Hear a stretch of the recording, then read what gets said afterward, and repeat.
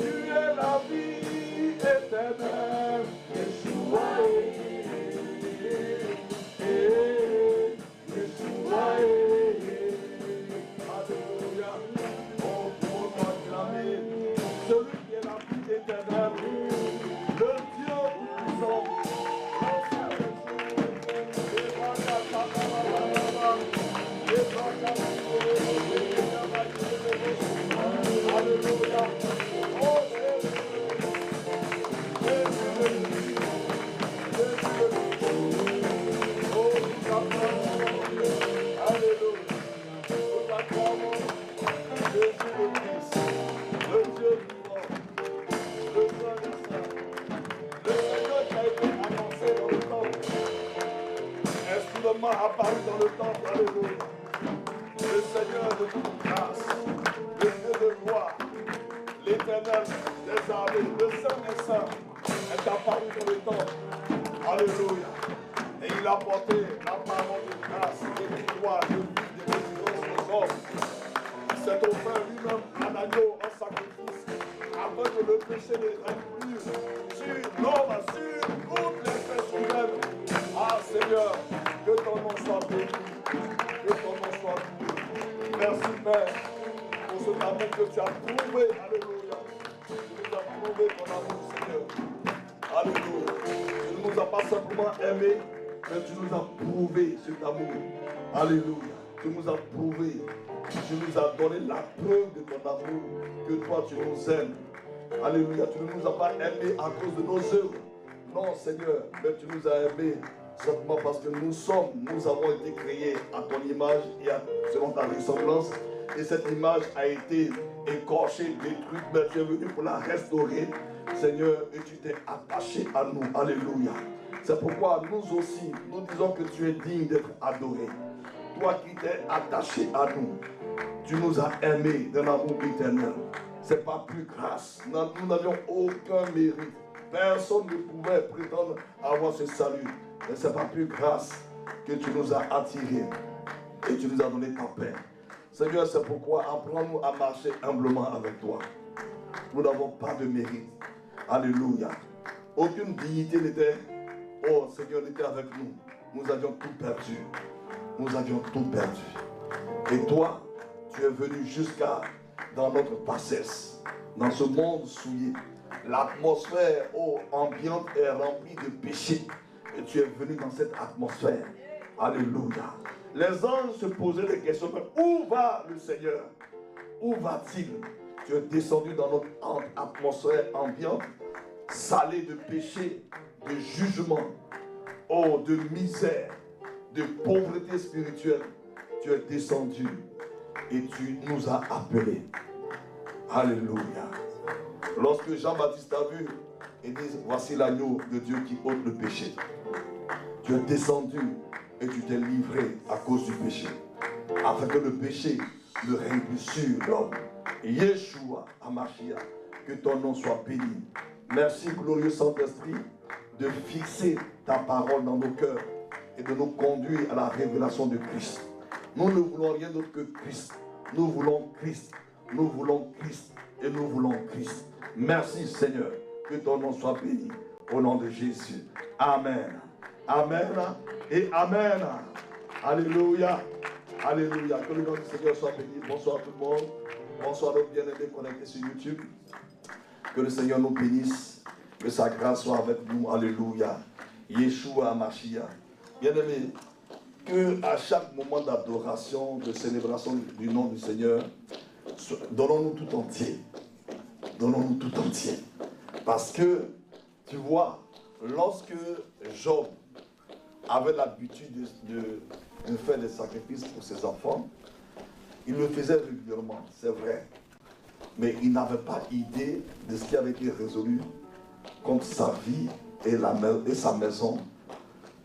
Un jour, Job ne savait rien, mais il continuait de faire ses sacrifices. Il continuait d'adorer Dieu.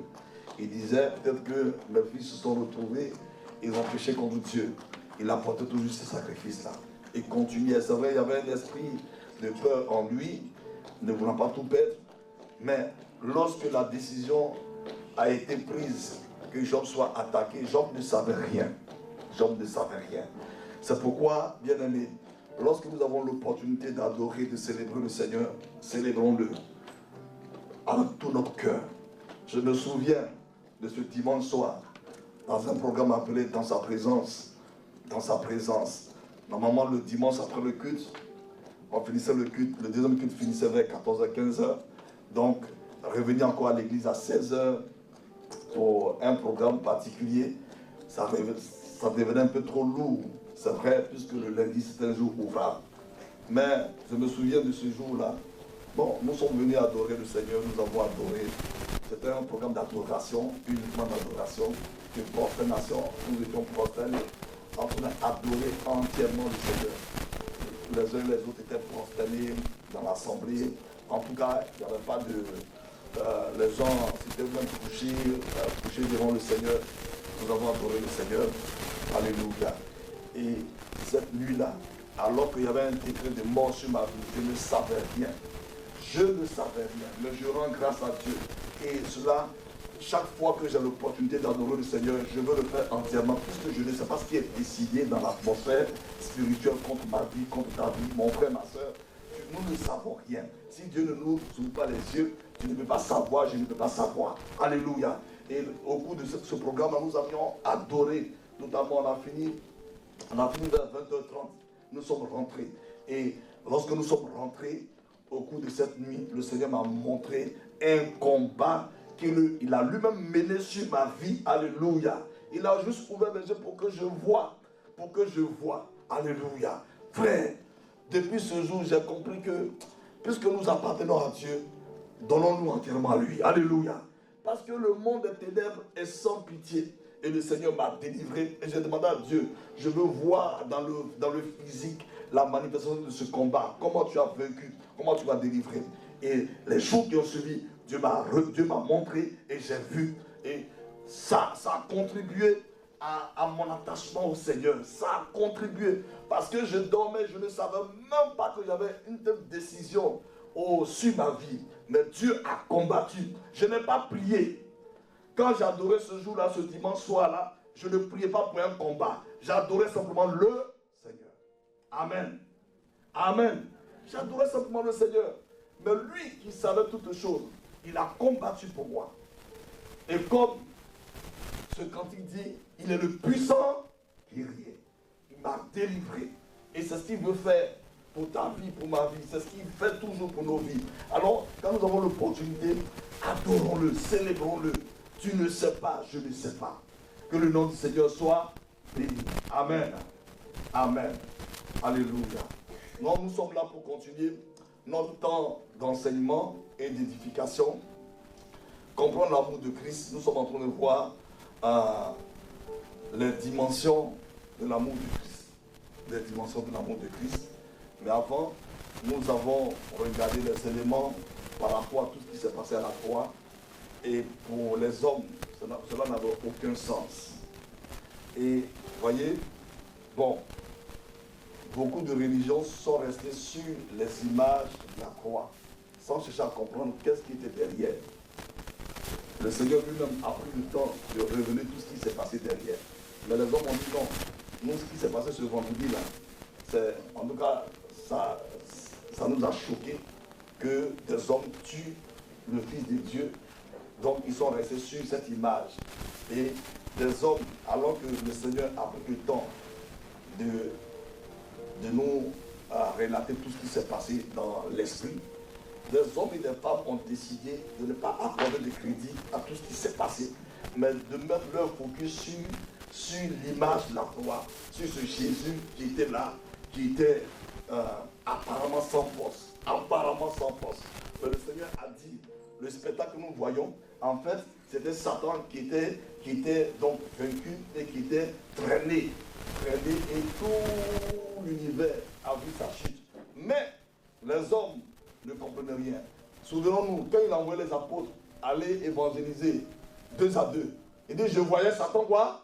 Tomber. Mais est-ce que les apôtres ont vu Satan tomber? Non. À quel moment Satan tombait? Il partait annoncer quoi? L'évangile. Et il faisait quoi? Il priait pour les malades. Et Jésus dit, je voyais Satan tomber. Mais les apôtres ne voyaient pas Satan tomber. Eux, ils ne voyaient pas Satan tomber. Ils sont allés, ils étaient 70, ils sont allés annoncer l'évangile, ils ont prié pour les malades. Ils ont prié pour les malades. Autrement dit, ils ont secoué Satan et toute son organisation. Jésus le voyait tomber, trembler, tomber. Il dit, je le voyais tomber comme quoi? Un éclair. Mais les apôtres n'ont pas vu cette image. Ils n'ont pas vu cette image. Donc, eux, ils se réjouissaient de quoi? J'ai dit, mais quand nous sommes allés, on a dit au nom de Jésus, les démons même fuyaient. Il dit oui. Donc ils étaient contents. Il dit non, ne vous réjouissez pas de ce que vous avez chassé des démons. Mais réjouissez-vous de ce que vos noms sont quoi? Inscrits. Alléluia. Inscrits dans le livre de vie. Parce que quand vous étiez en train de prier, de prendre l'autorité, je le voyais tomber comme un éclair. Ah! Nous, humainement parlant, les apôtres, les 70 ne voyaient rien. Ils n'ont rien vu. Mais le Seigneur a décrit la scène qui se produisait quand les apôtres invoquaient, les 70 disciples invoquaient son nom. Alléluia. Donc, mon frère, ma soeur, si toutes les fois que nous invoquons le nom du Seigneur, Dieu ne nous montre pas tout ce qui se passe. Si Dieu nous montrait, il y a beaucoup de choses qui allaient changer dans notre manière de croire en lui. Mais il ne nous montre pas. Il a décidé de façon souveraine de ne pas nous montrer certaines choses. Souvent aussi, ça peut nous conduire dans l'orgueil. Or, Dieu ne veut pas que l'orgueil soit trouvé en nous. Amen. Alléluia. Donc, beaucoup ont décidé de rester sur cette image. Ils n'ont jamais compris ce qui s'est passé. Et donc, dimanche, il y a une maman qui me disait que, quand j'ai parlé de... qui était fâchée, je lui ai dit, donc après le culte, j'ai été la voir, je lui ai dit, bon, à la vérité, dis-moi, lorsque Jésus est en train d'être crucifié, si tu voyais Satan tomber et puis déchaîner, est-ce que tu vas être triste de préférer? Là, la marque d'arrêt. Il dit, non, dis-moi, le jour là, tu vois ton bourreau, le bourreau de nos âmes, celui qui fait que les hommes ont peur sur la terre. Jésus est en train de le défaire, il l'a démis, il l'a fait tomber et il est en train de le traîner. Est-ce que tu vas te réjouir ou bien tu vas pleurer? Elle dit, je vais me réjouir. C'est maintenant pour le vendredi saint, tu vois, c'est un jour de réjouissance. Ce n'est pas te heurter, ce n'est pas te manquer, ce n'est pas critiquer ta religion, mais il y a une question de vision. C'est un jour de réjouissance. Parce que c'est là que Dieu a défait le monde des ténèbres. Donc, au nom d'une certaine religion, oui, vous voyez, le Fils de Dieu a été massacré. Mais ce n'est pas les hommes qui l'ont massacré. Il est écrit qu'il a plu à l'Éternel de le briser par la souffrance. Donc c'est Dieu qui a fait ce combat, qui a mené ce combat pour nous libérer. Donc ce jour-là, c'est un jour de réjouissance. Et elle a admis que oui, effectivement, c'est un jour de réjouissance. Donc il lui dit, bon, à la prochaine Pâques, il faut manger. Alléluia, il faut le brûler, Seigneur. Même si les gens disent, bon, que ce que tu fais n'est pas normal, mais c'est ce qui est normal. Parce que c'est la révélation qui apporte la lumière aux hommes. Sinon, les Écritures sont scellées et fermées. Les gens rêvent sur les émotions. Ce qui s'est passé à la croix n'était pas à la portée de notre entendement humain. C'était dans l'esprit. Et il faut que Dieu lui-même nous accorde la grâce de comprendre. Alors nous avons vu dimanche comment, de façon pratique, Dieu a conduit cet homme Daniel à utiliser la révélation, à avoir accès à la révélation et à avoir son intelligence ouverte. Alléluia. Lorsque Jérémie a en fait prophétisé, c'était une révélation. Beaucoup ont entendu cette parole, mais ça n'avait aucun sens pour tous ceux qui ont entendu cette parole. C'était consigné dans le livre de Jérémie. Daniel était un jeune captif aussi en Babylonie. Mais comme il avait une vie de louange, d'adoration et de méditation, alors le Seigneur lui a fait la grâce de s'arrêter sur cette révélation. Et lorsqu'il s'est arrêté sur cette révélation, il a commencé à prier. Or, il semble que c'est ce qui nous manque. Il a commencé à prier avec la révélation. Il a commencé à prier. Et au cours de la prière, on a lu Daniel 9. Mais quand tu vois, Daniel a tellement insisté dans sa prière. Il a commencé à prier. Il a commencé à prier sur la base de cette révélation. Il a commencé à prier. Et puis, d'un vol rapide, Gabriel est venu du ciel. Alléluia. Gabriel est venu du ciel. Ça veut dire quand Daniel est en train de méditer, lorsque son cœur, lorsque ses yeux sont ouverts sur cette révélation, et il pouvait continuer. Tiens, il est écrit qu'il aura 70 ans. Bon, et puis Jérusalem va être machin. Il pouvait continuer, mais il s'est arrêté. Et subitement, il dit, je me tournais vers l'Éternel, vers le Seigneur. Et il a pris un temps de jeûne. Il a commencé à prier avec cette révélation. Donc, il dit, quand on lit le passage dans Daniel 9, quand on lit le passage, je reviens là-dessus, il dit, je tournais ma face vers le Seigneur, Dieu, afin de recourir à la prière et aux supplications, en jeûnant et en prenant le sac et la cendre. Alors, je nous pose la question, Est-ce que la prière de Daniel a duré juste un instant, un jour, 2 jours? Quand on dit, quand on regarde, ça a pris du temps ou pas? Ça a pris du temps. Daniel n'a pas prié juste en un quart de seconde que Dieu... il dit, afin de recourir à la prière et aux supplications en jeûnant et en quoi? En prenant le sac et la cendre. Ça, c'était la culture des Juifs. Quand ils doivent jeûner, ils prennent le sac et la cendre. Ils se mettaient dans une posture de quelqu'un qui est vraiment très bizarre. Donc Daniel a commencé à jeûner et il a commencé à prier sur la base de cette révélation. Or nous, aujourd'hui, lorsque nous méditons que Dieu nous arrête sur quelque chose, on veut simplement le comprendre avec notre intelligence humaine et puis nous passons. Or, Dieu a plein de choses cachées derrière. Mais il nous observe. Est-ce que nous allons nous arrêter pour crier à lui, pour prier? Parce que lorsque on voit ce que l'ange est venu dire à Daniel, quand tu dis, mais quand Dieu a parlé par Jérémie, Dieu avait tout ça caché, mais n'a pas expliqué aux hommes. On revient dans Daniel 9, verset 22. Il dit, il m'instruisit et s'entretient avec moi et me dit, Daniel, je suis venu maintenant pour ouvrir ton intelligence. Lorsque tu as commencé à prier, la parole est sortie et je viens pour te l'annoncer car tu es un bien-aimé, sois attentif à la parole et comprends la vision. Il dit, 70 semaines ont été fixées sur ton peuple et sur la ville sainte pour faire cesser les transgressions et mettre fin au péché, pour expier l'iniquité et amener la justice éternelle, pour sceller la vision et le prophète et pour oindre le sang des saints. Tout ça, personne ne le savait, mais Dieu est venu annoncer ça à Daniel. Il n'a pas annoncé ça à Jérémie. Il n'avait pas expliqué ça à Jérémie. Mais comme Daniel s'est mis à adorer et à scruter les Écritures, Dieu est venu et comme il a commencé à prier, il a prié. On le verra tout à l'heure, Paul dit, pour vous Éphésiens, je ne cesse de prier. Je ne cesse de prier. Alors que nous ne voulons pas prier avec la révélation que Dieu nous a donnée sur ce qu'il a fait à la croix pour nous. Tout ce qu'il a fait, ce sont des révélations. Mais maintenant, on voit ici, Daniel a commencé à prier, prier, prier. Et Gabriel lui explique. Il dit, sache-le donc et comprends. Depuis le moment où la parole a annoncé que Jérusalem sera rebâtie jusqu'à loin, au conducteur, il y a 7 semaines, dans 62 semaines, les places et les fossés seront rétablis, mais en étant fâcheux.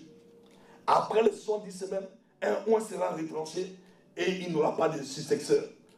Le peuple d'un chef qui viendra détruire la ville et le sanctuaire, et sa fin arrivera comme par une inondation.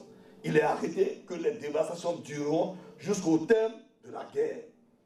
Il fera une solide alliance avec plusieurs pour une semaine et durant la moitié de la semaine, il fera cesser le sacrifice et l'offrande. Le dévastateur commettra les choses les plus abominables jusqu'à ce que la ruine et ce qui a été résolu fondent sur le dévastateur. Donc ça, Dieu a expliqué à Daniel. Donc dites-moi, parmi tous les captifs de Juda qui étaient donc en Israël, Daniel a eu la révélation de ce pourquoi Dieu a envoyé le peuple en captivité durant 70 ans. Et tout ce que Dieu comptait faire derrière.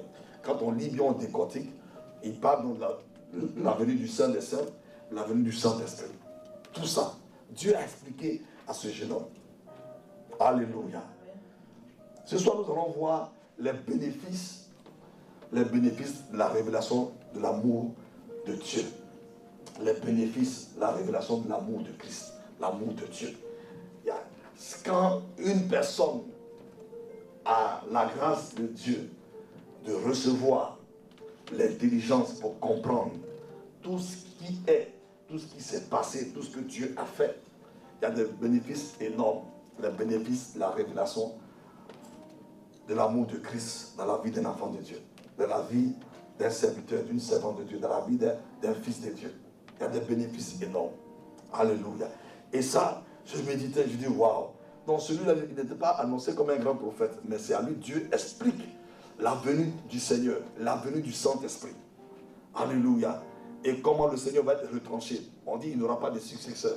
Donc les gens qui disent que après Jésus, il y a un autre qui est venu. Non, les Écritures annoncent qu'il n'y aurait pas de successeur. Amen. Amen. Tu as tout, nous avons tout pour parler à ces gens-là, pour leur dire, vous vous trompez. Il n'y a pas un autre prophète. Il n'y a pas. Le plus grand des prophètes, c'était qui? Jean-Baptiste. Amen. Le plus grand des prophètes sur la terre, Jean-Baptiste. En dehors de Jean-Baptiste, il n'y a plus eu un autre prophète. Il n'y a pas un grand prophète. Jean-Baptiste est venu clore la classe des prophètes sur la terre. Alléluia. Prenons dans le livre de Matthieu 13. Jésus dit une parole étrange aux apôtres. Mais à l'époque dont nous disons les bénéfices donc, de la révélation de l'amour de Christ dans la vie d'un enfant de Dieu. Matthieu 13. Matthieu 13. Glorieux Saint-Esprit, merci de nous éclairer et de pouvoir produire en nous ce désir ardent d'être dans ta présence, afin que tu nous ouvres l'intelligence. Alléluia. Pour comprendre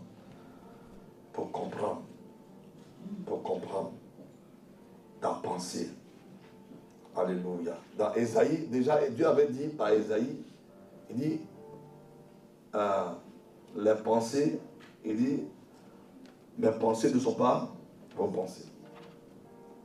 Et vos voix ne sont pas mes voix. Ça, ce sont des choses qui doivent rester dans nos cœurs. Les pensées de Dieu ne sont pas les pensées des hommes. C'est vrai, on essaie d'humaniser le Seigneur. Bon, le Seigneur, il est bon, mais il dit ses pensées avec nos pensées sont toujours opposées. Il dit comme le ciel et la terre sont séparés, ainsi ses pensées et nos pensées sont séparées. Donc si lui-même, il ne te prend pas, il ne me prend pas pour nous ramener au niveau de ses pensées, on ne peut pas comprendre ses voix. C'est pourquoi Paul a découvert que ses voix sont quoi? Incompréhensibles. Et ses jugements sont insondables.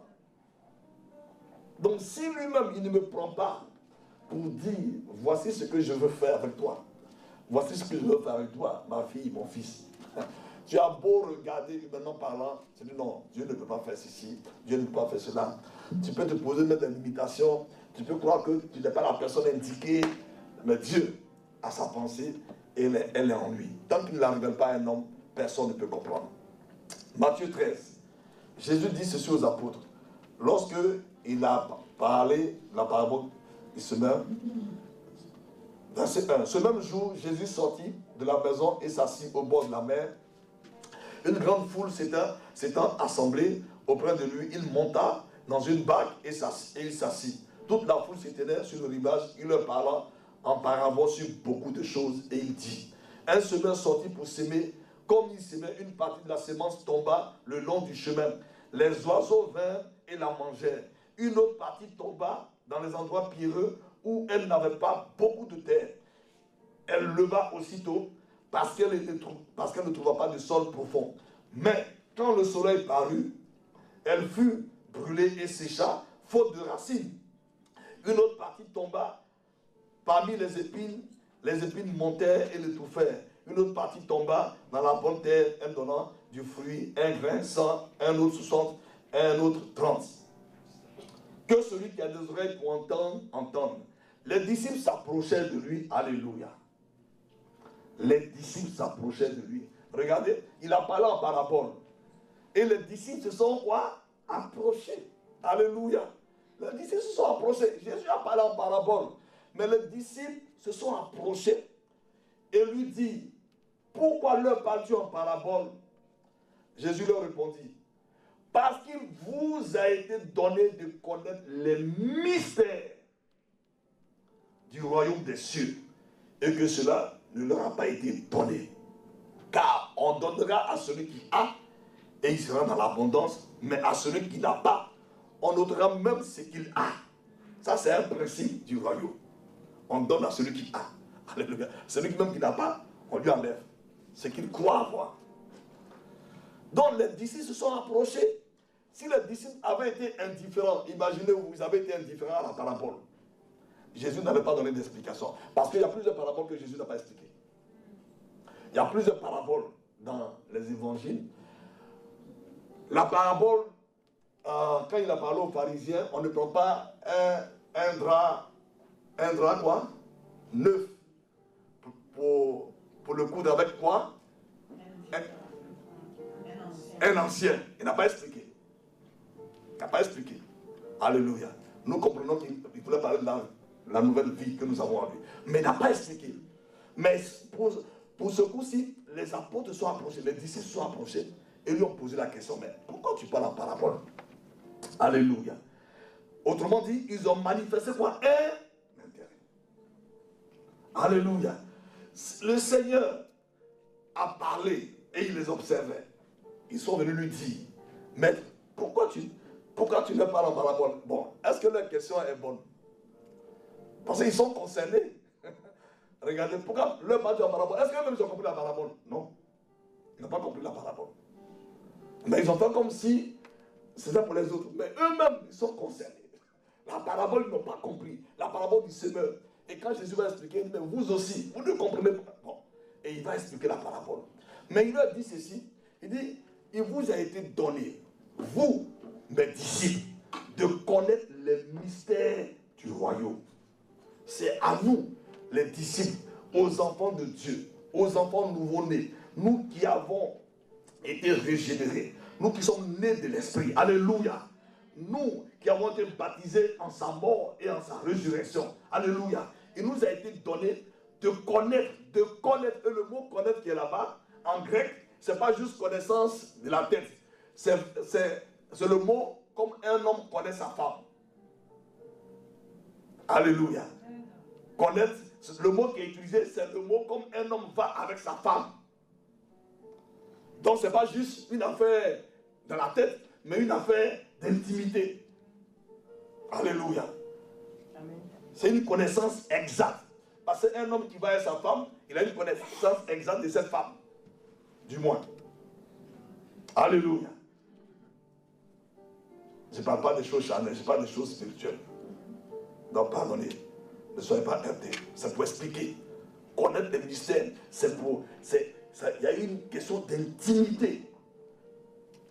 Et plus tard, Paul nous dit, en Colossiens 2, verset 3, il dit, parlant un peu de ses souffrances, il dit aux Colossiens, parlant de ses souffrances, puisque tout le monde devait être découragé, mais pourquoi ce serviteur-là, bon, il nous a annoncé la parole de Dieu, il souffre comme ça, il souffre. Il dit, je veux en effet, Colossiens 2, que vous sachiez combien est grand le combat que je soutiens pour vous, et pour ceux qui sont à Laodicée, et pour tous ceux qui n'ont pas vu mon visage en la chair, afin qu'ils aient le cœur rempli quoi? De consolation, et qu'ils soient unis, dans l'amour et enrichis d'une pleine intelligence pour connaître le mystère de Dieu, savoir Christ. Le mystère de Dieu. Jésus a dit aux apôtres que c'est à vous qu'il a été donné de connaître les mystères. Maintenant, Paul dit, mais Christ là, c'est le mystère de Dieu. Tout ce que Dieu est, tout le mystère de Dieu est en Christ. Il dit, dans ce mystère sont cachés tous les trésors de la sagesse et de la connaissance. Il dit, il nous a été donné, à nous les disciples, de connaître les mystères. Et maintenant, la pensée divine se précise, se resserre. On dit, tous ces mystères sont où? En Christ. Amen. Et Christ est où? Il est en toi, il est en moi. Ah! Christ est en toi, il est en moi. C'est lui le mystère de Dieu. C'est lui le mystère. Et c'est pourquoi tous ceux qui ne veulent pas l'accepter, Christ est là, Christ est prêché. Mais ils disent non, nous on cherche, on veut atteindre Dieu. Mais on dit, mais pour atteindre Dieu, voici le mystère. Alléluia. Le mystère c'est Christ. Le mystère c'est Christ. Donc, ça veut dire, la volonté du Saint-Esprit, c'est de prendre chacun de nous. C'est de te prendre, de me prendre, pour nous amener à comprendre Christ, à avoir la révélation de Christ, l'amour de Dieu manifesté la preuve de l'amour de Dieu. C'est dans ce mystère-là que nous avons tous les trésors de la sagesse et tous les trésors de la connaissance. Autrement dit, c'est à travers Christ que nous pouvons connaître le monde spirituel. Amen. Sans Christ, toi et moi, nous ne pouvons pas comprendre le monde spirituel. Tu vois? Et donc, les bénéfices ou les avantages de la révélation de Christ que le Père peut donner à un enfant, premier avantage, alléluia, premier avantage ou premier bénéfice, premier avantage que Dieu peut donner à un enfant de Dieu, quand il t'accorde la révélation de Christ, quand il t'explique, comme on l'a vu, mon frère, ma soeur, tu vois, le Seigneur a pris donc ce jeune homme-là, c'était un adorateur. Dieu a dit à la femme samaritaine, mon Père demande des vrais adorateurs. Ceux qui l'adorent en esprit et en vérité. Parce que en fait, le Père veut nous expliquer les mystères. Le mystère, ce mystère que les hommes regardent et qui ne comprennent pas. Christ. Donc, le premier avantage, lisons dans Matthieu. Premier avantage, Matthieu 16. Le premier avantage de la révélation que le Père peut donner à chacun de nous par rapport à Christ. Matthieu 16, verset 13. Premier avantage. Alléluia. Jésus étant arrivé dans le territoire de Césarée de Philippe, demanda à ses disciples, qui dit-on que je suis, moi, le Fils de l'homme? Amen. Jésus est devant les disciples.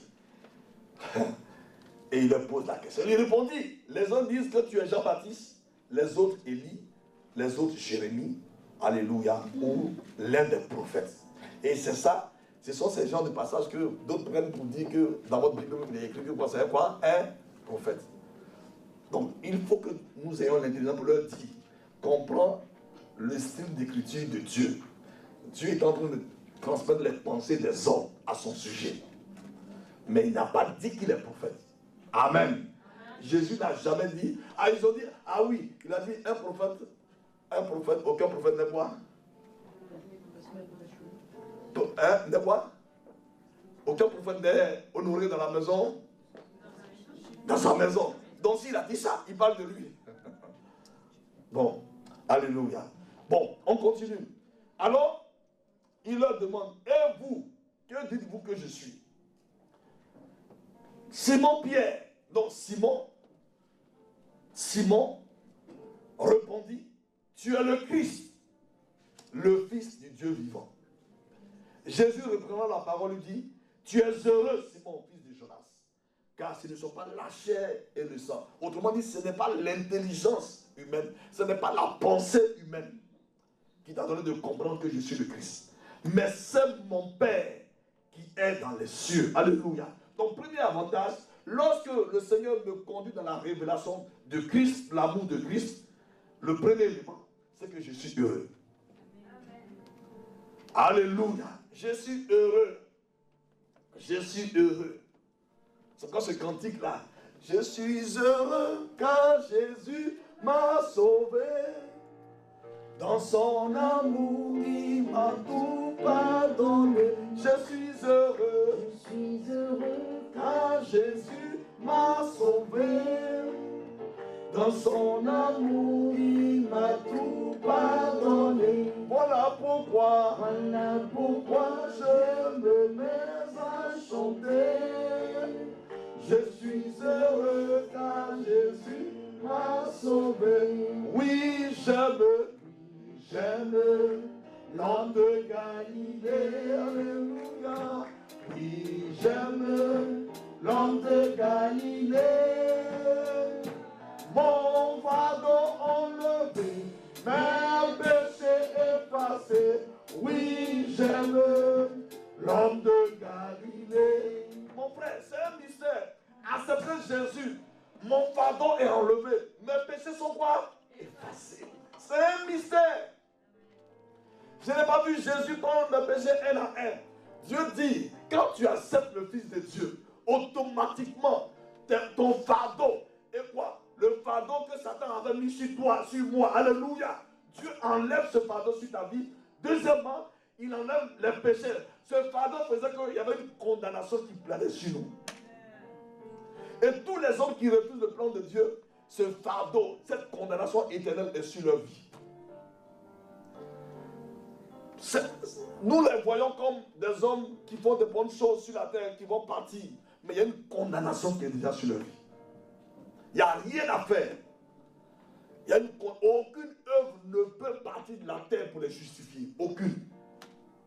Aucune œuvre ne peut partir de la terre pour les justifier. Aucune. Aucune. Aucune. Alors, ce qu'on dit aux gens, il faut faire des bonnes œuvres pour que tu sois sauvé, c'est un mensonge. Aucune œuvre ne peut partir de la terre pour parler en leur faveur, pour dire, à cause de ce qu'il a fait sur la terre des vivants, oh, c'est un juge, il faut lui pardonner. Donc, quiconque reçoit Jésus, ce fardeau est brisé. La condamnation est quoi? Est ôtée sur sa vie. Alléluia. La condamnation est ôtée sur sa vie. Et son nom est quoi? Inscrit dans le livre de vie. Ses péchés sont quoi? Effacés. Effacés totalement. Humainement parlant, quand on le voit, ah oui, il est ci, il n'est pas ça, il n'y a pas ça en lui. Dieu, quand Dieu le voit, Dieu est calme, Dieu est serein. Alléluia. Dieu est serein. Dieu est serein. C'est comme Paul dit aux Corinthiens. Il dit, celui qui vous a appelé à la communion de son Fils, je sais qu'il est fidèle. C'est lui qui va vous sauver. Amen. Parce que si vous les Corinthiens, quand il vous va vivre là, il n'y a rien à faire. Mais Dieu va vous sauver. Alléluia. Waouh. Il dit, tu es heureux. Donc, quand Dieu me conduit dans la révélation, je suis une personne heureuse. Quand Dieu ouvre mon intelligence, quand Dieu ouvre mon intelligence, donc quand on prend le cas de Daniel, quand il a ouvert l'intelligence de Daniel, imaginons Daniel maintenant, il est toujours en captivité à Babylone. C'est vrai, il était au sommet, il était avec les rois. Mais est-ce que Daniel peut être encore craintif par rapport à Jérusalem? Non. Il sait ce que Dieu a prévu. Amen. Effectivement, Israël est retourné quoi? Israël a été restauré. Il y a deux livres importants où Israël est retourné dans la Bible. Le livre d'Esdras, le livre de Néhémie. Il faut lire ces livres-là. Vous allez voir comment Dieu a organisé le retour d'Israël à Jérusalem et dans toute la contrée. Et ensuite, quand ils sont retournés, quelques temps après, le Messie est venu. Donc ce que Dieu avait dit à Daniel, oui, c'était la vérité. Alléluia. Donc, lorsque Dieu me conduit dans la révélation, je suis heureux. Tu es heureuse. Alléluia. Il y a une joie qu'on appelle la joie divine. Amen. Elle n'est pas liée à une position sociale. Elle n'est pas liée à une possession des choses de la terre. Mais parce que Dieu t'explique les choses qu'il a cachées aux hommes. Amen. Ah, Seigneur, que ton nom soit béni. Que ton nom soit loué. En Matthieu 11, déjà Jésus l'expliquait. Il expliquait. Il dit, Père, Jésus disait, bon, avant qu'on lisait ce passage, je lisais ce passage, je ne voyais pas le lien. Le Seigneur m'a dit, mais regarde, Matthieu 11, verset 25. En ce temps, Jésus prit la parole et dit, je te loue, Père, Seigneur du ciel et de la terre, de ce que tu as caché ces choses aux sages et aux intelligents de ce siècle, et tu les as révélées aux enfants. Il louait le Père, parce que les sages et les intelligents de ce monde ne peuvent pas comprendre le mystère de Dieu. Amen. Alléluia. C'est pourquoi regardons dans toutes les églises et dans toutes les générations, les gens qui se croient intelligents, qui disent qu'eux, ils peuvent vivre d'eux-mêmes, ils ne veulent pas de Christ. Ils finissent leur jour et ils vont où? Dans le feu. Amen. Mais non, ce n'est pas, je ne le juge pas. Tu n'as pas Christ, quand tu finis de juger, tu vas dans le feu. Ce n'est pas un jugement que je mets. C'est la vérité. Amen. Ou nous croyons dans la parole, ou nous ne croyons pas. Et il y a un éminent philosophe qui a passé tout son temps à insulter le Seigneur, à dire que Dieu n'existait pas, tout. Il était en train de mourir. Et sa gouvernance, il dit au feu. Au feu. On dit, mais il est en train de délirer. Non, il n'est pas en train de délirer. pour vous, c'est des délits. Ce n'est pas des délits. Ils voient le feu. Parce que quand quelqu'un doit partir de la terre, si tu n'as pas été avec le Seigneur, il y a des anges qui viennent du feu, qui viennent où? De l'enfer, qui viennent t'y chercher. Donc, eux-mêmes, comme ils sont dans le feu là-bas, donc ils transportent quoi? Le feu. Ils viennent te saisir. Ils te prennent d'un vol rapide. Alors, quand on dit d'un vol rapide, nous on s'imagine, mais pour aller sur la Lune, il faut combien de temps? On dit il faut des jours. Pour aller sur Mars, on dit il faut combien de temps là? Hein? Des mois et des mois, ok. Mais un ange, pour partir de la terre au ciel, c'est un vol, il est là-bas. Alléluia. Un vol rapide. C'est ce que Daniel dit. Donc, il crie au feu, au feu. On dit, mais il délire. Il n'est pas en train de délirer. Au feu, au feu, au feu, il est décédé. Au feu, au feu, au feu. On dit, mais où est la gouvernante, où est le feu? Il dit, au feu. Et sa bouche était, et puis ses yeux sont restés comme ça, puis il est décédé. Donc, c'est la gouvernante qui dit, bon, ferme tes yeux. Tu as incité Dieu jusqu'à, bon, ferme tes yeux maintenant. Frère, Jésus dit, je te loue parce que tu as caché ces choses. Tu as caché le mystère du royaume, ton mystère aux hommes sages et intelligents. Regarde, c'est une grâce par moment de voir des gens qui sont allés au sommet de leurs études et qui disent, il y a tout ça, mais Jésus est Seigneur. C'est une grâce. Et dans les nations, il n'y en a pas beaucoup. Il n'y en a pas beaucoup. Il n'y en a pas beaucoup. C'est une grâce de voir de tels hommes qui disent, oui, j'ai eu tous ces diplômes, tout ça, tout, je suis respecté, oui, mais Jésus est Seigneur. Et Dieu, il a fait une œuvre comme ça, une nuit dans un pays comme la Côte d'Ivoire. Il a pris un jeune homme qui avait du mal à avoir le baccalauréat. Il avait du mal. Et il était donc à Ouagadougou, et sous l'onction du pasteur Karamiri, il a été rempli. Et aujourd'hui, il est le professeur titulaire des chefs de l'université du Congo-Di, de l'université d'Abidjan. Il est le professeur titulaire des chefs des universités. Il enseigne dans plusieurs universités européennes. Et il est pasteur, il est apôtre. Il est apôtre. Mais il donne ses cours. Il est respecté sur le campus. Mais lui-même, il s'est poissonné pour adorer Yeshua. Alléluia. Pourquoi? Parce qu'il sait que la connaissance qu'il a eue pour transcender, pour être reconnu, ça ne vient pas de lui. Mais c'est juste un signalement. C'est un signalement pour montrer aux hommes que ce que vous croyez être le plus important dans vos vies, moi je peux le donner à quelqu'un. Il avait du mal à avoir le bac. Il avait du mal à avoir le bac. Et l'onction est tombée sur lui. Et il s'est attaché à pasteur Karamiri. Aujourd'hui, il est professeur titulaire des universités. Il va partout. Il enseigne partout. Et en même temps, il prêche dans l'église. Alléluia. Frère, donc, quand la révélation vient de la part du Seigneur dans ta vie, dans ma vie, elle nous conduit dans la joie divine. Tu es heureux, tu es heureux. Je suis heureux. Parce que Dieu t'explique ce qu'il a fait. Donc, c'est pourquoi toi et moi, notre soupir est d'être devant le trône, devant le Seigneur, pour que Dieu puisse ouvrir notre intelligence. Alléluia. C'est notre soupir. Malheureusement, souvent, nous cherchons juste des choses que Dieu peut nous donner. Mais Dieu veut nous conduire au-delà. Au-delà. Alléluia. Au-delà. Dieu veut te conduire au-delà. Au-delà. Quand je suis venu ici en 2012, au cours d'une nuit d'adoration que je n'avais pas préparée, le Seigneur m'a conduit comme ça à adorer de 22h jusqu'à 5h du matin.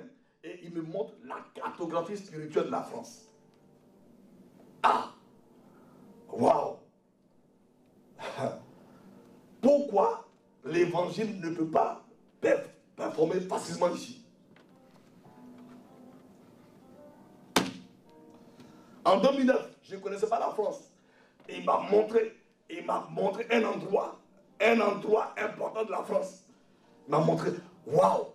Mais ça, mon imagination ne peut pas. Mais c'est Dieu. C'est Dieu.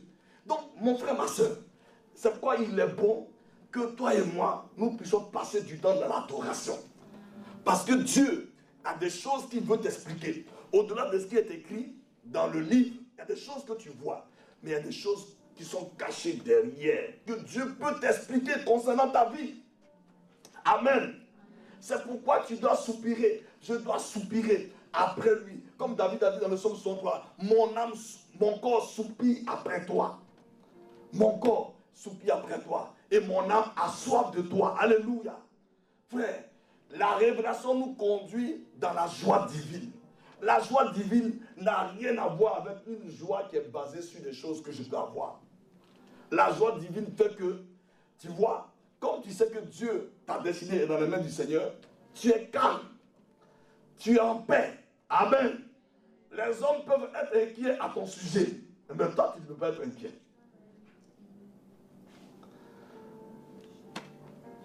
Parce que très souvent, quand Dieu appelle les gens, il y a des choses qu'il ne t'explique pas. Il ne t'explique rien. Il dit, bon, je t'ai appelé. Au fur et à mesure, il peut t'expliquer certaines choses, mais il y a des choses que tu ne sais pas. Et il veut te conduire pas à pas. Mais, déjà, c'est un privilège d'entendre Dieu te dire, mon fils, ma fille, voici ce que je veux faire avec toi. À partir de là, bon, il faut rester calme. Parce que la suite des éléments, tu n'as aucune idée. Dieu ne peut pas te donner l'agenda de A à Z. Bon, dans 5 ans, voici ce qui va t'arriver. Dans 10 ans, voici ce qui va t'arriver. Et puis, tu as tout le programme, et puis bon, tu marches. Non, Dieu ne fait pas ça. Non, non. Il peut t'annoncer le début et quoi? La fin. Le milieu. Alléluia. Tu n'as aucune idée. Mais mon frère, ma soeur, comme on l'avait étudié en Jean chapitre 20, la révélation donne à un homme ou à une femme d'être heureux, d'être heureuse. Lorsque Marie est allée, puis le tombeau était vide. Le tombeau était vide. Pierre et Jean sont allés au tombeau. En Jean chapitre 20, tu peux le lire à la maison. Ils étaient quoi? Troublés. Ils sont repartis chez eux, découragés. Alléluia. Marie est restée au tombeau, en train de pleurer. Quand le Seigneur est apparu, qu'elle a parlé avec le Seigneur, elle est repartie quoi? Dans la joie. La révélation produit la joie dans le cœur d'un enfant de Dieu. Il y a une joie que tu ne peux décrire. Quand Dieu t'explique des choses, alléluia. Quand Dieu ouvre ton intelligence, tu es étonné. Paul dit, je tombe en adoration. C'est pourquoi, mon frère, ma soeur, notre soupir, ce n'est pas de voir ce que Dieu va nous donner. Non, Dieu veut nous donner plus que ce que nous pensons. Alléluia. Mais c'est d'être devant lui. Tu m'as créé, tu m'as attiré, tu m'as appelé. Seigneur, maintenant je suis devant toi. Et ne crois pas que parce que tu es venu le premier jour, tu es venu lui parler et puis Dieu t'explique tout. Non. On voit ici que Daniel a fait, on dit il a prié, il a prié, il a prié. Quand tu lis la prière de Daniel, il répète les mêmes choses, mais il a crié à Dieu, jusqu'à Dieu est venu ouvrir son intelligence. Notre génération, on ne veut pas passer du temps devant lui. On nous a, comme les pasteurs, les apôtres, les prophètes nous ont expliqué, Saint-Esprit, fais ci, Saint-Esprit, fais cela. Donc on croit que Dieu, c'est nous qui commandons Dieu. C'est faux. Le Seigneur, le Saint-Esprit, c'est qui? Le Seigneur. C'est lui, il est souverain. Il voit ton cœur, il voit mon cœur, il voit la soif de ton cœur, il voit la soif de mon cœur. Alors il peut t'expliquer une part de vérité cachée. Alléluia. Et puis ta vie peut s'ouvrir. Mais ça demande que tu sois passionné de lui, que tu sois passionné de sa présence. Alléluia. Que tu puisses prendre du temps pour le louer, pour l'adorer, pour l'exalter, pour soupirer, t'attendre à lui. Pas une fois seulement. Mon frère, oui, je l'ai fait une fois, 2 fois, mais continue, si tu l'as fait, continue, jusqu'au jour où le Seigneur lui-même vient ouvrir ton intelligence. Parce qu'il y a des choses sur ta vie que tu ne peux comprendre avec ta tête. Amen. Donc la révélation nous rend heureux. Elle produit la joie divine dans le cœur d'un enfant de Dieu. La joie divine. Et lorsque cette joie divine est là, alors nous comprenons pourquoi Paul dit aux chrétiens, nous devons être quoi? Toujours quoi? Joyeux. Et Paul n'est pas malade. Comment toi tu es en prison, tu demandes à des gens d'être joyeux? Toi tu es enchaîné. Quelqu'un qui est enchaîné, comment il peut demander aux gens d'être quoi? Joyeux. Philippiens 4, verset 4. Je vous le répète, réjouissez-vous toujours dans le Seigneur. Mais Paul, attends, sur la comédie tu fais, on t'a enchaîné, et toi tu nous dis on n'a qu'à se réjouir, parce que toi tu te réjouis toujours dans le Seigneur. Mais parce que Paul a eu tellement, a compris tellement le mystère du Christ. Là, Paul était dans une joie qu'on ne peut décrire. Il était en paix. On le frappe.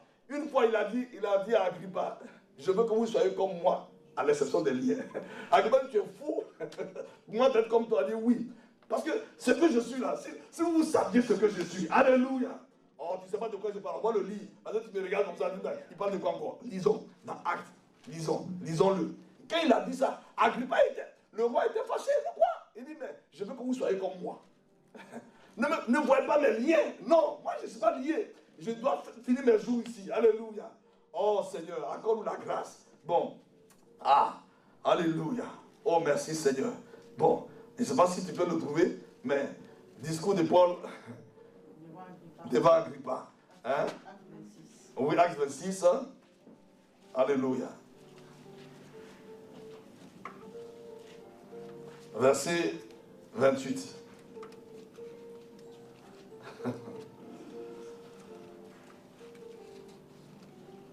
Bon, on va commencer par le verset 22.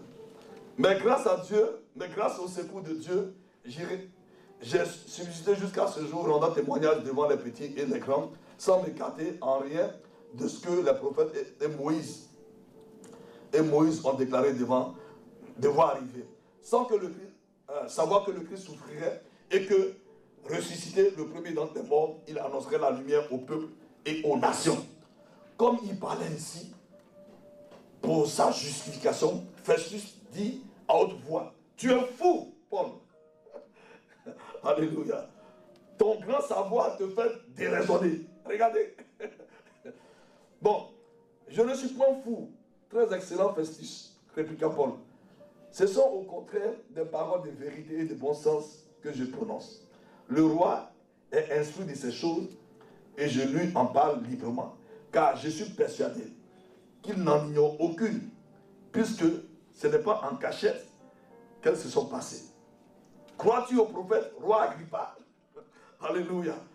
Paul, waouh, je sais que tu y crois. Et Agrippa dit à Paul, tu vas bientôt me persuader de devenir chrétien. Paul répondit, que ce soit bientôt ou que ce soit tard. Alléluia. Alléluia. Plaise à Dieu que non seulement toi, mais encore tous ceux qui m'écoutent aujourd'hui, vous deveniez tel que je suis, à l'exception de ces liens. Alléluia. Vous devenez tel que je suis. Paul, tu es quoi? Il dit, je suis la nouvelle création. Je suis immortel. Alléluia. Le cantique dit, je vis d'une vie qui ne peut mourir, car Jésus la vie éternelle, abri dans mon cœur et me faire fleurir en une éclosion immortelle. Mon cœur est heureux dans la présence de Dieu, en moi tout désert fleurit. Mon cœur est heureux dans la présence de Dieu, mon être entier s'épanouit. Il dit, je veux que vous soyez comme moi. Vous tous qui m'écoutez là. Paul, tu n'as pas peur d'Agrippa? Il dit non, je veux qu'Agrippa soit comme moi, qu'il soit un chrétien. Alléluia. À l'exception des liens. Il dit, bon, ces liens-là, ça c'est rien. Mais je veux que vous soyez comme moi. Waouh.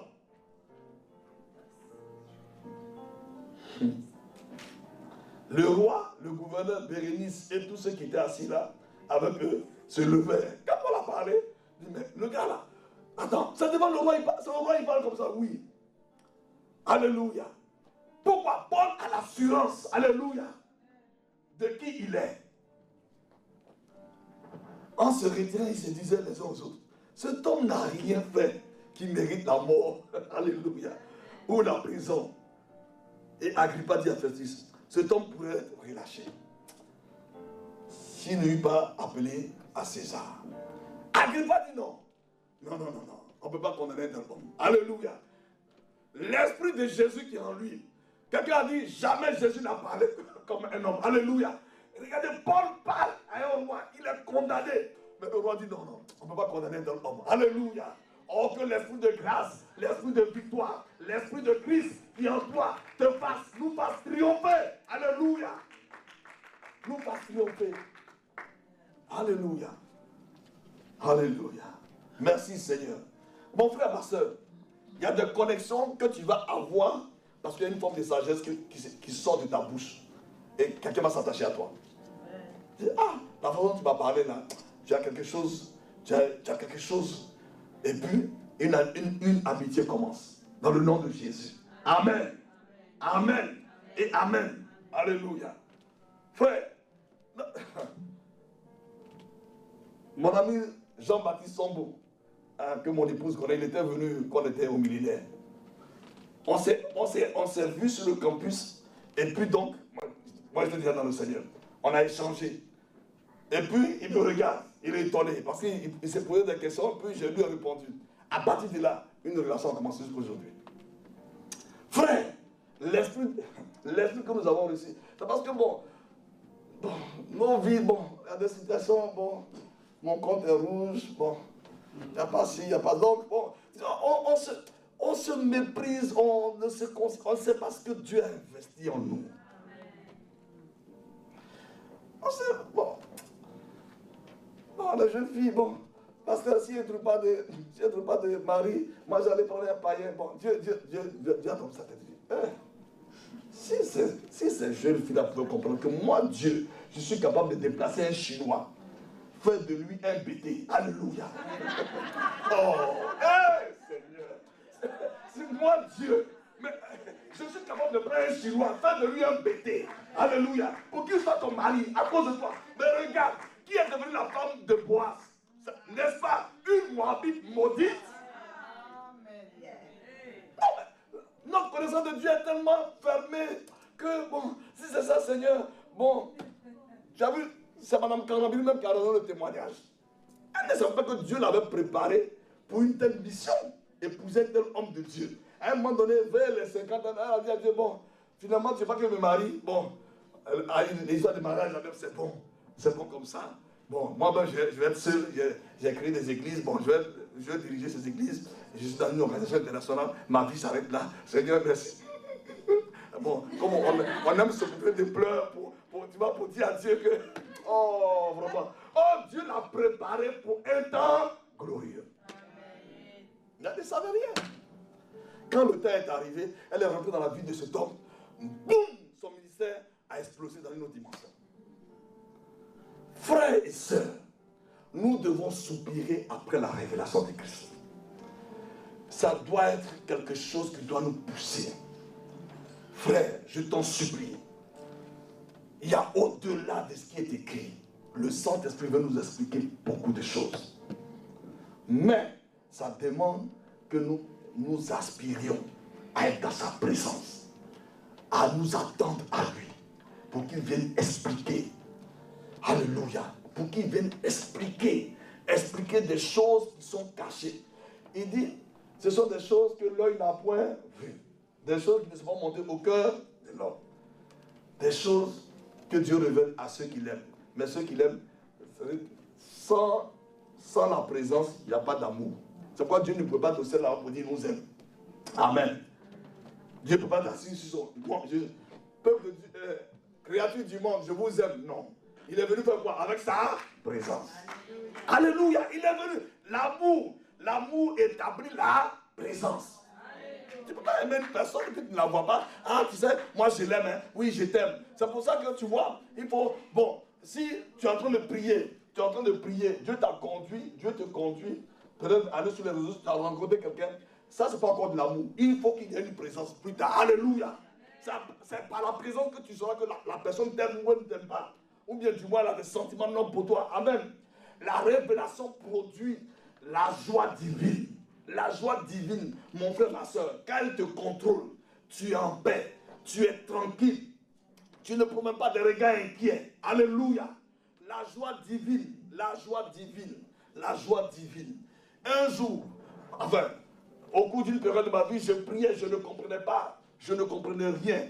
Et un jour, je méditais, j'ai fini de méditer, j'ai rendu grâce. Quand je suis allé dormir, vision. Dans la vision, j'avais une montre. Je suis allé dans une piscine, j'ai fini de nager. Je cherche ma montre, je ne la trouve pas. Et puis je me réveille avec la pensée, mais où est ma montre? Où est passée ma montre? J'étais dans le lit, j'entends la voix du Seigneur. Le chronogramme de ta vie est dans ma main. Ah! Je me suis mis à genoux. Frère, j'ai adoré. Bon, si le chronogramme est dans la main de Dieu, est-ce que moi je dois être inquiet? Tu vois? Donc, c'est pourquoi, bon, c'est vrai, pasteur, on ne trouve pas des salles. Tu vois? On ne trouve pas des salles. Moi, je ne suis pas inquiet. Amen. Parce que ce n'est pas mon église. Amen. Ce n'est pas mon église. Ce n'est pas mon église. Tu n'as pas encore lu. Jésus a dit, allez prendre l'anneau. Et puis bon, quel anneau? Tu as loué un anneau, on dit non. Allez-y, prends l'anneau. Quand vous allez arriver, vous vous demandez, dis seulement le maître en a besoin. Ce qui est étonnant, ils vont, ils détachent l'anneau. Hé, que faites-vous?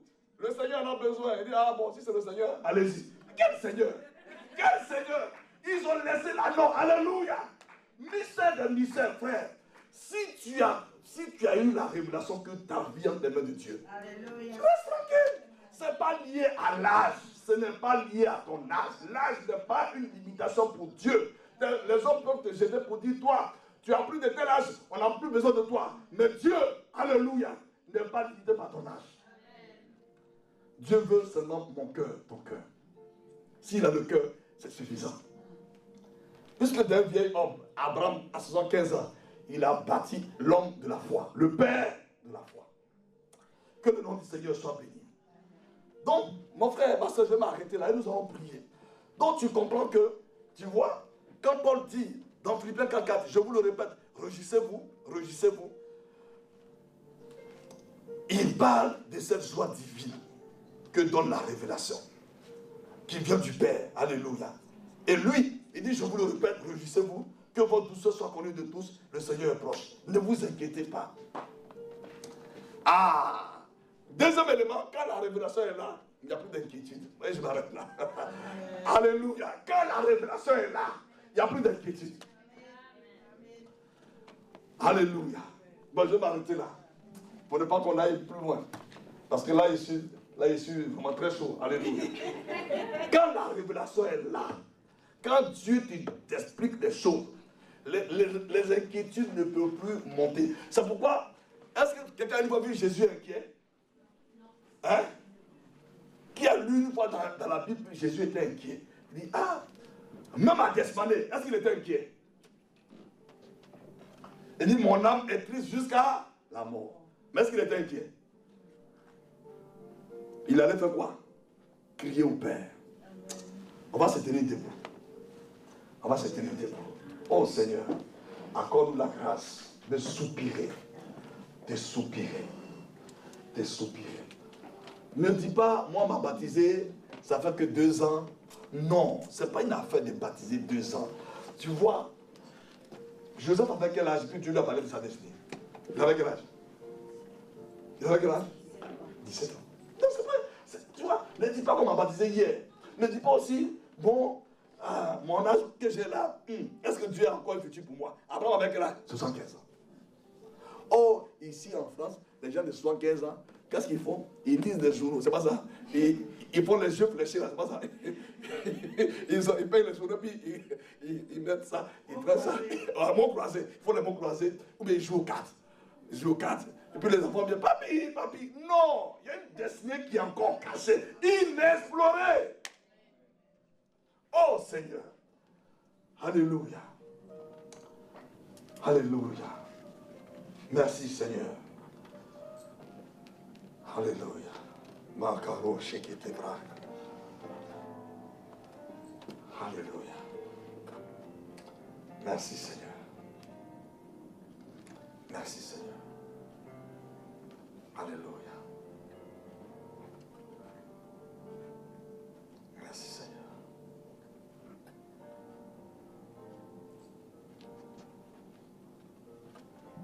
Merci Seigneur.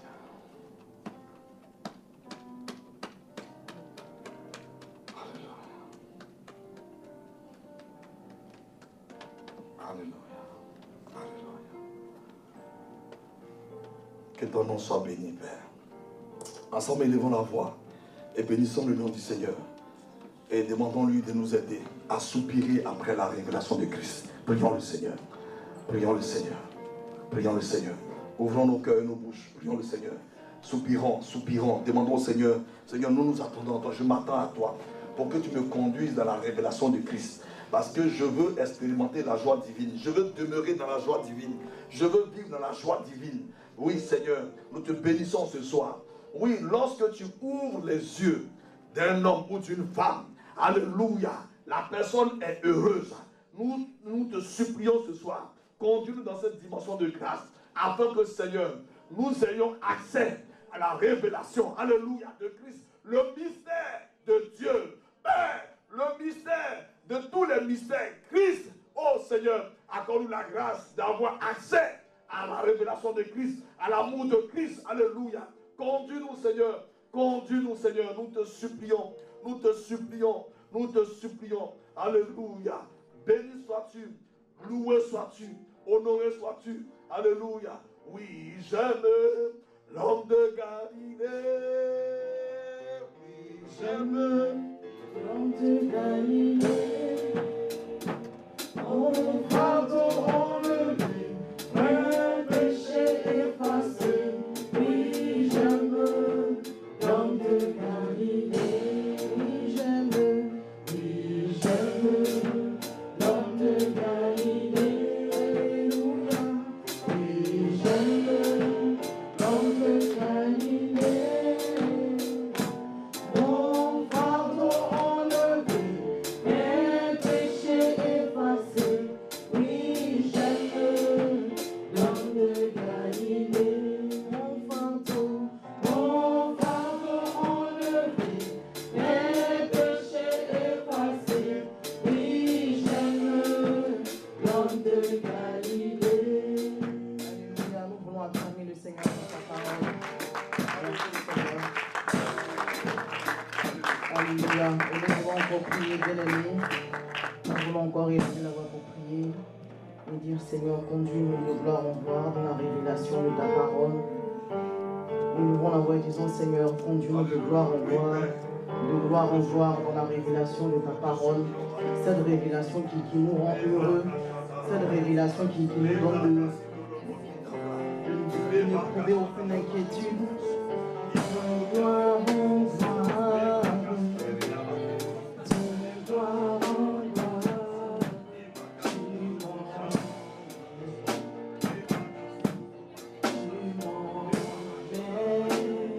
gloire en gloire, de gloire en gloire, de gloire en gloire, tu m'emmènes, tu m'emmènes.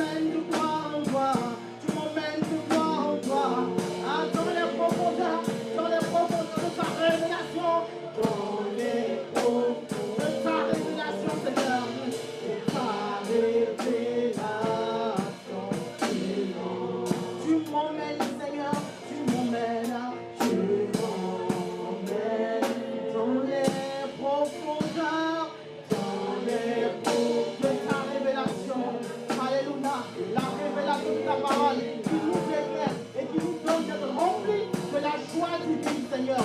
Nous soupirons ce soir.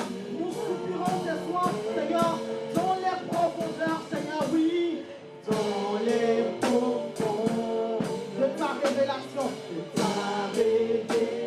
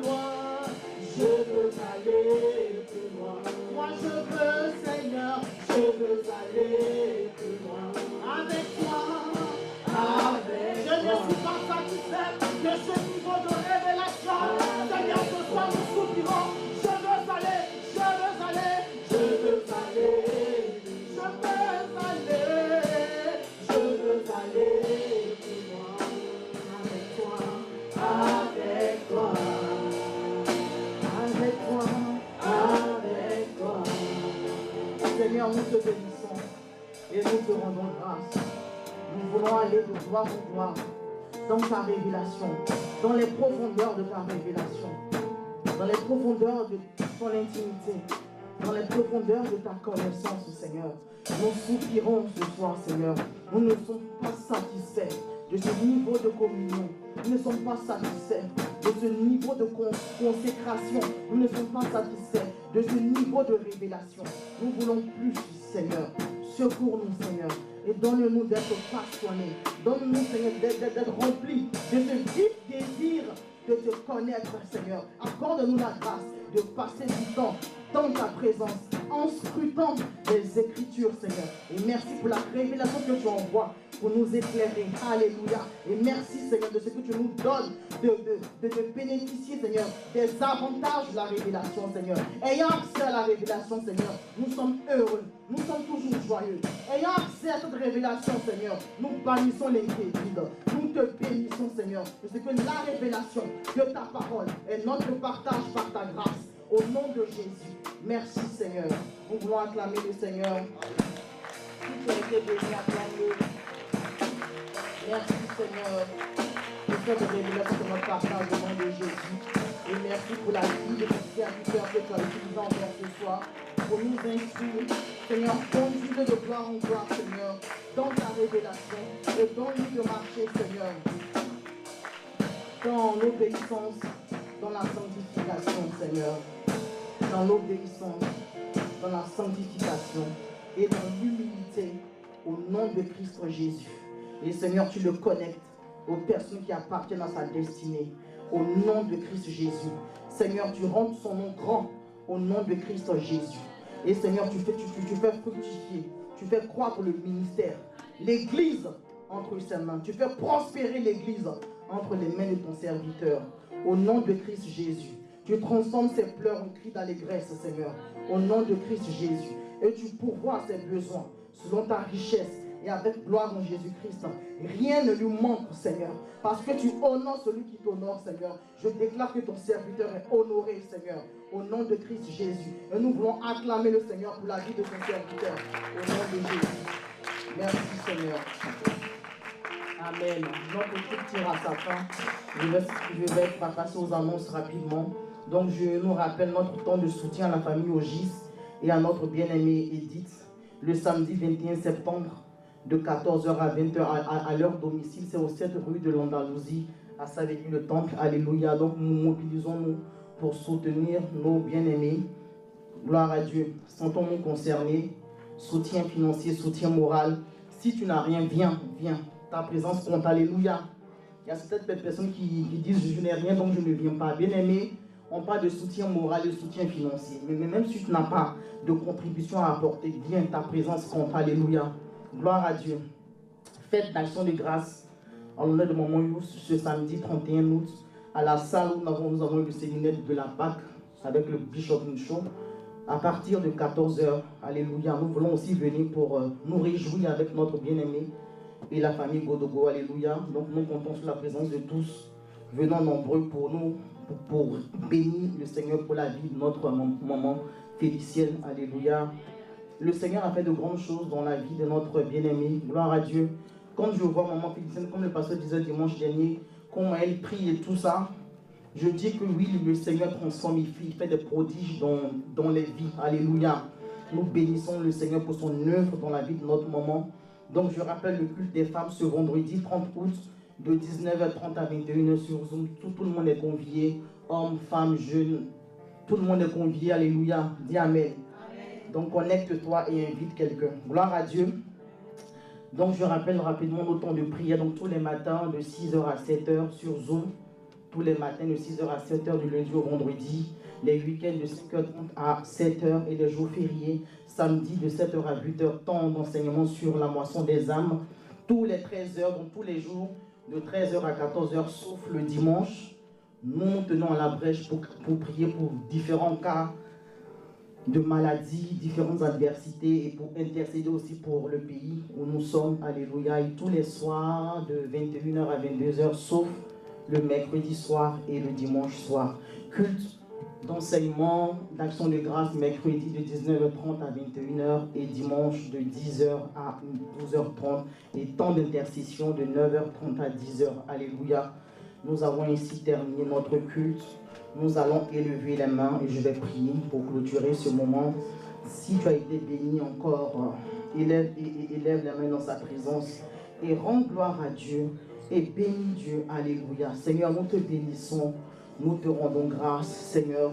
Nous te louons, nous t'exaltons, Seigneur. Nous te sommes infiniment reconnaissants pour ce temps passé dans ta merveilleuse présence. 1 heure dans ta présence vaut mieux que 1000 ailleurs, Seigneur. Et ce soir, nous sommes conscients du fait que nous avons choisi la bonne part, celle de venir dans ta présence, celle de venir à tes pieds, Seigneur, pour être instruit, pour être enseigné, pour être challengé, pour être étiré, pour être délivré de l'ignorance. Nous te bénissons, glorieux Saint-Esprit, toi le divin enseignant. Ce soir encore, tu nous as enseigné et nous te disons merci, Papa. Il est écrit que celui qui a beaucoup reçu, on lui demandera aussi beaucoup, Seigneur. Nous te bénissons de ce que tu nous donnes de garder ce que nous avons reçu, de repasser dans nos cœurs ce que nous avons reçu, Seigneur, et de ne point être des auditeurs oublieux. Au nom de Christ Jésus, nous nous gardons ce que nous avons reçu. Nous repassons cela dans nos cœurs. Et nous nous empressons de mettre ta parole en pratique, Seigneur. Au nom de Christ Jésus, tu nous donnes, Seigneur, de soupirer, Seigneur, pour la révélation de ta parole, pour la révélation de l'amour de Christ. Nous soupirons, nous désirons, Seigneur, avoir la révélation de l'amour de Christ, Seigneur. Cela est notre désir, cela est notre soupir, Seigneur. Nous passons du temps dans ta présence, en scrutant les Écritures, en t'adorant, en te louant, Seigneur, afin d'accéder à la révélation, afin que les écailles de nos yeux tombent, Seigneur. Et lorsque nous accédons à cette révélation, Seigneur, merci pour ta joie qui sature, qui inonde nos cœurs par ta grâce, au nom de Christ Jésus. Et merci de ce que, ayant accès à ta révélation, nous bannissons l'inquiétude par ta grâce, au nom de Jésus. Merci pour ta parole que tu as envoyée. Merci pour nos cœurs qui sont de bonne terre, qui ont reçu cette semence, Seigneur. Et merci, Père, de ce que cette semence porte des fruits en abondance dans chacune de nos vies, au nom de Christ Jésus. Merci pour cette soirée. Nous rentrons dans chacune de nos maisons dans ta paix, au nom de Christ Jésus. Nous avons une nuit douce, un sommeil doux et paisible par ta grâce, au nom de Christ Jésus. Et sur nos couches, Seigneur, tu nous révèles les choses cachées. Tu nous annonces, Seigneur, les choses à venir, Seigneur. Nous déclarons que toute âme forgée contre nous est sans effet. Toute langue qui se lève en justice, nous la condamnons au nom de Christ Jésus. Les méchants qui ont de mauvais projets contre nous, Seigneur, ils sont privés de lumière au nom de Christ Jésus. Et le bras qui se lève contre nous, nous le brisons au nom de Christ Jésus. Nous te bénissons, Seigneur, et nous te rendons toute la gloire. L'amour de notre Seigneur, du Père, la grâce de Jésus et la communion du Saint-Esprit, celui qui nous révèle les choses cachées, demeure notre partage au nom de Jésus. Merci, Seigneur. Amen, amen et amen. Demeurons bénis. Excellente soirée à tous.